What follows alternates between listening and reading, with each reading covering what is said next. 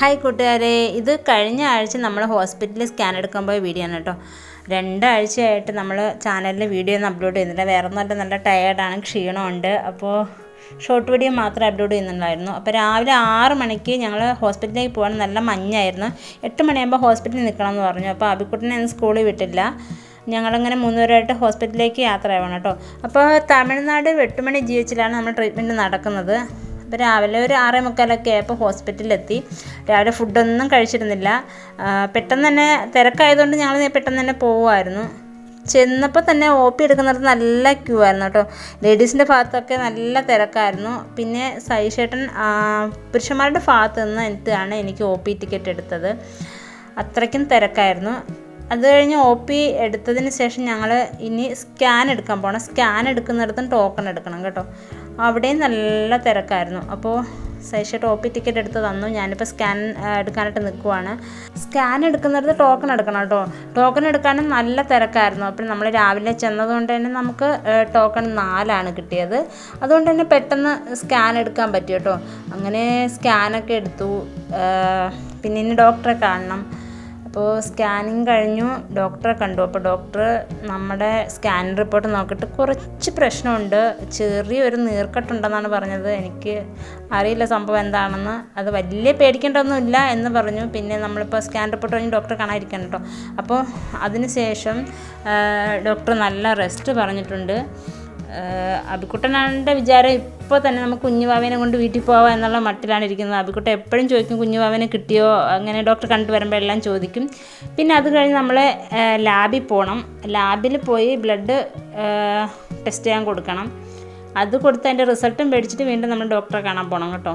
അപ്പോൾ ഡോക്ടറെ കണ്ടപ്പോൾ ഡോക്ടർ ഫോളിക് ആസിഡ് ഗുളിക എഴുതി തന്നു. നല്ല റെസ്റ്റ് പറഞ്ഞിട്ടുണ്ട്. അപ്പോൾ ഞാൻ പറഞ്ഞു വീട്ടിൽ ആരുമില്ല, ഞാൻ തനിയേ ഉള്ളൂ.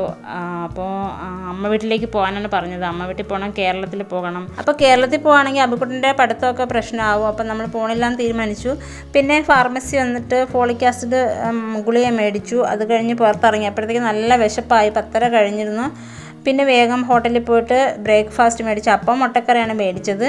പിന്നെ അബിക്കുട്ടന് ദോശയും മുട്ടക്കറിയും മേടിച്ചു കൊടുത്തു കേട്ടോ.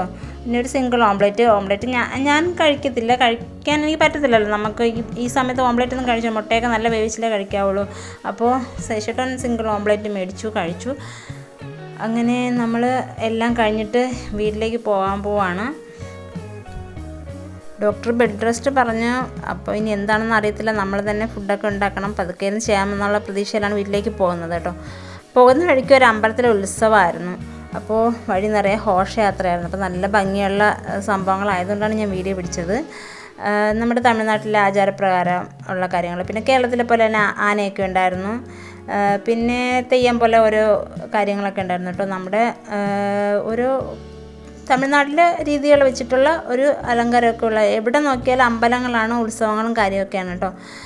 അത് കഴിഞ്ഞ് വീട്ടിൽ വന്ന് നമ്മൾ ചന്തയിൽ നിന്ന് മലക്കറി മേടിച്ചായിരുന്നു. മലക്കറി എന്ന് പറയാൻ പറ്റത്തില്ല, എനിക്ക് ഇഷ്ടപ്പെട്ട കുറച്ച് മലക്കറികൾ മേടിച്ചു. മത്തങ്ങ പിന്നെ ചേമ്പുങ്ക ആക്കിയിട്ട് അവിയലൊക്കെ വയ്ക്കുന്നതിന് ഭയങ്കര ഇഷ്ടമാണ്. അങ്ങനെ അത് മേടിച്ചു. തക്കാളി, മുരിങ്ങക്ക, ഉള്ളി, പിന്നെ മാങ്ങ സീസൺ ആയിട്ടും ഭയങ്കര വിലയായിരുന്നു മാങ്ങയ്ക്ക്. പിന്നെ മീൻ നല്ല ഫ്രഷ് മീൻ കിട്ടിയിരുന്നു. അത് ചെങ്കലവ, നമ്മുടെ തമിഴ്നാട്ടിൽ ഞവര എന്നാണ് പറയുന്നത്. അത് മീൻ കറി വെച്ചു. പിന്നെ മോര് കറി വെച്ചു. ചെങ്കലവ വറുത്തു കേട്ടോ. അത് കഴിഞ്ഞ് ഞങ്ങൾ എല്ലാം കഴിഞ്ഞ് വെച്ചപ്പോഴത്തേക്കും തന്നെ 2 മണിയായിരുന്നു. കാരണം നമ്മൾ വീട്ടിൽ വന്നപ്പോൾ തന്നെ നമുക്ക് പണിയിട്ട് ഗ്യാസ് തീർന്നു പോയി. പിന്നെ എല്ലാം അടുപ്പിലാണ് വെച്ചത്. അപ്പോൾ പെട്ടെന്ന് തന്നെ വെച്ചിട്ട് ഒരു 2 മണിയെല്ലാം കഴിഞ്ഞു ഫുഡ് കഴിക്കാൻ. നല്ല വിശന്നു പോയി. അപ്പോൾ ഇത്രയേ ഉള്ളൂ. Thank you.